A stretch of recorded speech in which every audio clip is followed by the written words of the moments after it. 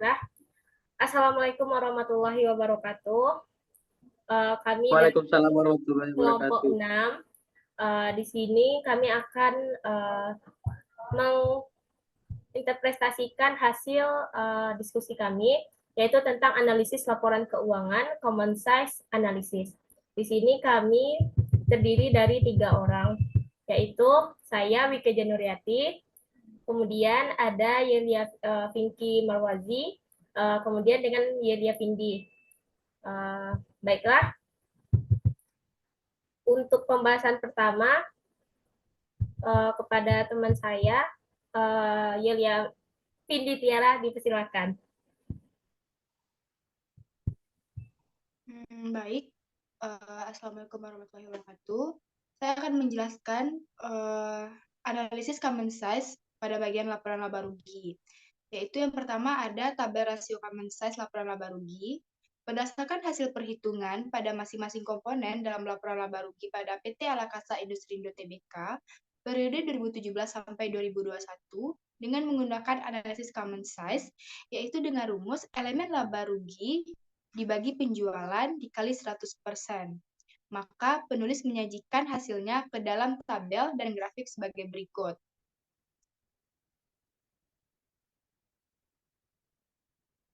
Yang kedua, analisis interpretasi laporan laba rugi.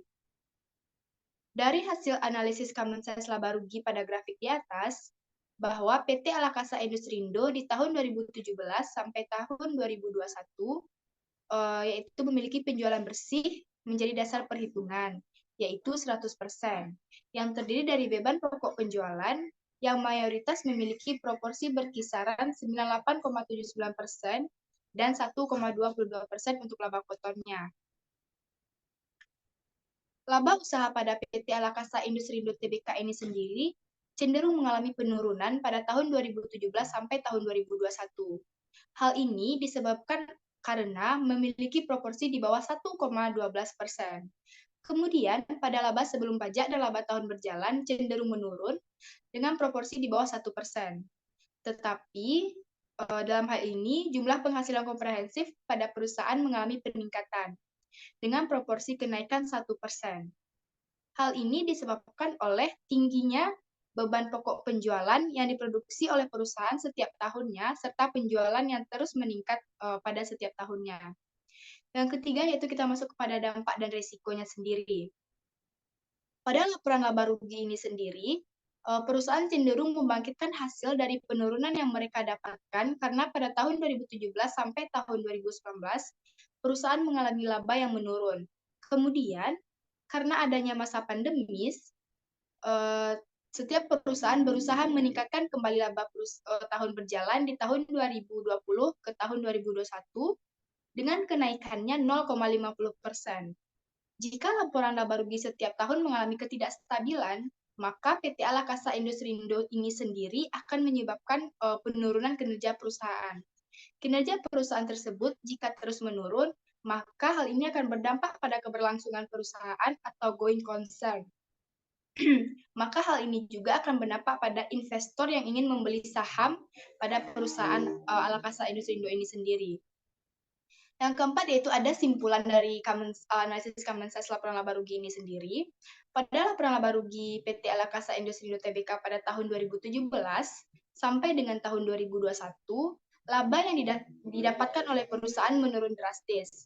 Tetapi memiliki jumlah penghasilan komprehensif yang mulai meningkat dengan beban pokok penjualan yang stabil pada persentase di atas 90%.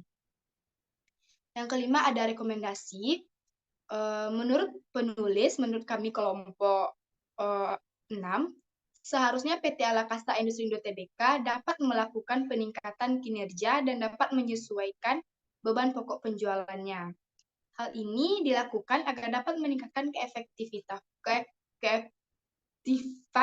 dan keefisienan perusahaan. Kemudian, hal ini juga mengoptimalkan pendapatan keuangan perusahaan dengan menghasilkan laba pada perusahaan agar meningkat. Hal ini, laba yang diberikan pada perusahaan yang cenderung menurun setiap tahunnya.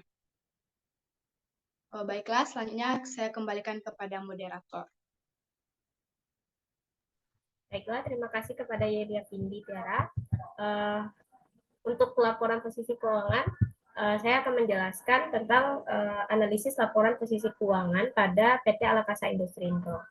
Baiklah, di sini ada beberapa yang terkait pada tabel perhitungan common size. Kemudian dengan rumus yang di atas terdapat perbandingan pada Excel, yaitu komponen dari LPK dibagi dengan jumlah komponen dikali 100. Hasil perhitungan LPK dari perhitungan common size analysis terbagi dari dua, yaitu analisis komponen aset dan sumber pendanaan aset. Pertama adalah analisis komponen aset pada PT Alakasa Industri Indo. Pada aktiva lancar, yaitu ditambah dengan aktiva tetap. Di sini terdapat beberapa persentase yang ada di aktiva lancar dan aktiva tetap. Kemudian grafik dari analisis komponen aset. Pada tabel dan gambar grafik di atas menunjukkan aktiva lancar PT Alakasa Industri Indo cenderung stabil dengan proporsi nilai di atas 90%. Dengan aktiva lancar paling tinggi terdapat pada tahun 2021 dengan persentase 97,74%. Hal ini didominasi dengan kas dan bank, perusahaan yang naik dengan proporsi sebesar 49,79% di tahun 2021. Untuk jumlah aset tetap yang tertinggi terdapat pada tahun 2017 sebesar 9,19% dan mengalami penurunan dari tahun ke tahun hingga di tahun 2021 menjadi 2,26%. Hal ini dikarenakan sisa dari aset tetap yang telah didepresiasi. Kemudian sumber pendanaan dan ekuitas. Di sini sumber pendanaan ini adalah hutang lancar, hutang jangka panjang, dan ekuitas. Dapat kita lihat di sini adalah grafik dari analisis pendanaan dan ekuitas. PT Alakasa Industri Indo pada laporan posisi keuangan di sumber pendanaan dan ekuitas cenderung meningkat dikarenakan jumlah hutang lancar dari tahun ke tahun mengalami kenaikan dan penurunan tipis pada tahun 2021. Dari jumlah kewajiban lancar pada tahun 2017 sebesar 69,96% naik hingga mencapai nilai 82,61% pada tahun 2018. Kemudian turun tipis sebesar 82,37% hingga 73,88%. Sedangkan besar kewajiban hutang jangka panjang dari tahun ke tahun mengalami penurunan, di mana pada tahun 2017 perusahaan menggunakan kewajiban sebesar 4,33% dan pada tahun 2021 dengan hutang jangka panjang sebesar 0,32%. Hal ini menunjukkan bahwa perusahaan lebih mengutamakan pendanaan jangka pendek sebagai sumber dana dibanding menggunakan pendanaan jangka panjang. Sedangkan pada analisis jumlah ekuitas tertinggi pada tahun 2021 sebesar 25,80% yang didominasi dengan saldo laba defisit yang belum ditentukan penggunaannya. Sedangkan nilai ekuitas terendah pada tahun 2018 sebesar 15,52% yang didominasi dengan selisih kurs penjabaran laporan keuangan dan modal saham yang rendah sebesar 11,33%. Kedua, dampak dan risiko. Hasil analisis common size PT Alakasa Industri Indo menunjukkan kondisi keuangan jangka pendek yang dapat dilihat pada persentase aset lancar terhadap total aset yang cenderung naik. Kondisi ini dikarenakan terjadinya kenaikan pada aset lancar pada tahun 2017 sampai tahun 2021. Hal ini menunjukkan kemampuan perusahaan untuk memenuhi hutang jangka pendek dari aset lancar. Pada saat ekuitas terdapat total pasifa cenderung menurun pada tahun 2017 sampai tahun 2019, kemudian tahun 2020 hingga 2021 mengalami peningkatan. Tetapi ekuitas pada PT Alakasa Industri Indo berada di bawah 50%, karena mengalokasikan dana sebagai untuk pembayaran hutang serta berdampak pada margin of safety bagi para kreditur dan perusahaan dan harus meningkatkan kestabilan penjualan dan hutang yang dibayarkan oleh pihak perusahaan. Jadi simpulannya adalah pada laporan posisi keuangan PT Alakasa Industri Indo pada tahun 2017 sampai 2021 menunjukkan bahwa aktiva lancar sebesar terbesar adalah kas dan bank dan diikuti oleh piutang yang telah diterima oleh perusahaan. Hal ini mengidentifikasi bahwa perputaran persediaan yang mayoritas stabil pada aktiva lancar. Kemudian pada aktiva tidak lancar, perusahaan cukup besar walaupun jumlahnya lebih sedikit dibandingkan jumlah aktiva lancar.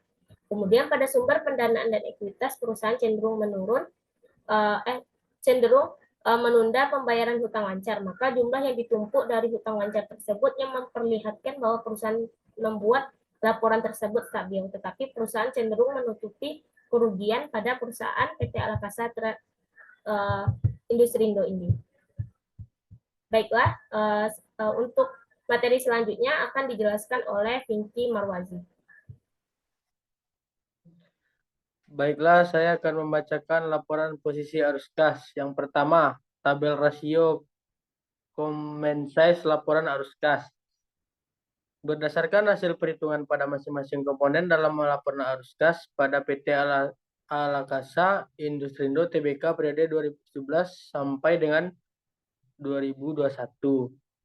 Dengan rumus elemen arus kas dibagi penjualan dikali 100%.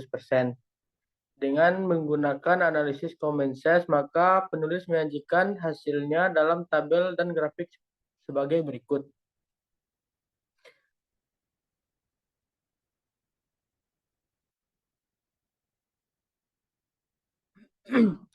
Grafik tersebut menggambarkan bahwa perusahaan setiap tahunnya melakukan pengurangan atas hutang sehingga di tahun 2021 perusahaan telah dapat mengurangi kewajibannya pada bank atas hutang perusahaan.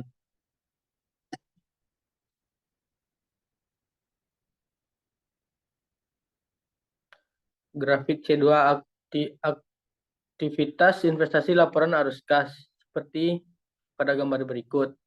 Pada grafik tersebut dapat menunjukkan bahwa PT Alakasa Industrindo meningkatkan penerimaan penjualan aset tetapnya, tetapi perolehan aset tetap yang menurun karena tingginya kepemilikan non pengendali pada tahun 2017. Sehingga pada tahun berikutnya tidak terdapat nilai kepemilikan non pengendali hingga tahun 2021.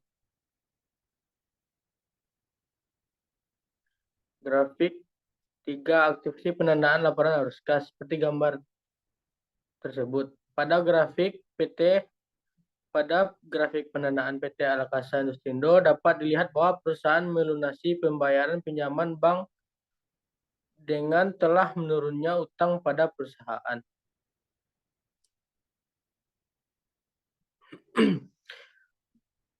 Dua, analisis dan interpretasi laporan arus kas. Analisis common size pada laporan arus kas tersebut dapat dikatakan mengalami penurunan dari tahun ke tahun, di mana tahun 2017 penerimaan 93% dan tahun 2018 kembali turun menjadi 91% dan meningkat pada tahun 2019 menjadi 109% dan turun kembali di tahun 2020 dan 2021 yang ini menjadi 103 dan 100%. Untuk aktivitas investasi, kepemilikan pengendali mengalami penurunan yang semulanya tahun 2017 0,23% dan hingga 2021 menjadi 0,00%. Dan pada penerimaan penjualan aset yang menurun hingga di tahun 2021 menjadi 0,03%. Sementara aktivitas pendanaan, perusahaan telah membayarkan hutang kepada bank sehingga aktivitas pendanaan telah berkurang dikarenakan pembayaran pinjaman bank dan pembayaran hutang pembiayaan konsumen. 3. Dampak dan risiko. Perusahaan PT Alakasa Industrindo pada pertumbuhan arus kas cukup stabil, tetapi perusahaan cenderung melunasi hutang dan kewajiban setiap tahunnya sehingga berdampak pada perencanaan arus kas operasi. Sehingga komponen arus kas yang hanya berfokus pada pembayaran hutang juga membuat kestabilan arus kas menjadi pengaruh bagi pemilik karena tidak ada omset yang pemilik dapat. 4. Kesimpulan dan saran. Perusahaan PT Alakasa Industrindo pada laporan arus kas cenderung kurang stabil. Jika untuk arus kas operasi cenderung turun dengan proporsi persentase yang lebih tinggi, terdapat pada tahun 2019 sebesar 10,51% dan menurun pada tahun 2021 sebesar 1,93%. Kemudian pada arus kas investasi yang setiap tahunnya menurun karena adanya penerimaan penjualan aset tetap pada perusahaan. Hal ini mengurangi sumber dana pada perusahaan. Pada arus kas pendanaan cenderung menurun dengan proporsi pada tahun 2021 menjadi 7,19%. Hal ini mengakibatkan perusahaan menjadi kurang stabil dan negatif pada kas yang dimiliki perusahaan. Sekian dari saya ucapkan Assalamualaikum warahmatullahi wabarakatuh. Baiklah, Kembalikan kepada Wike. baiklah. Terima kasih kepada Pinky. Terima kasih. Demikianlah hasil diskusi kelompok 6 pada common size analisis PT Alakasa Industrindo. Banyak maaf. Assalamualaikum warahmatullahi wabarakatuh.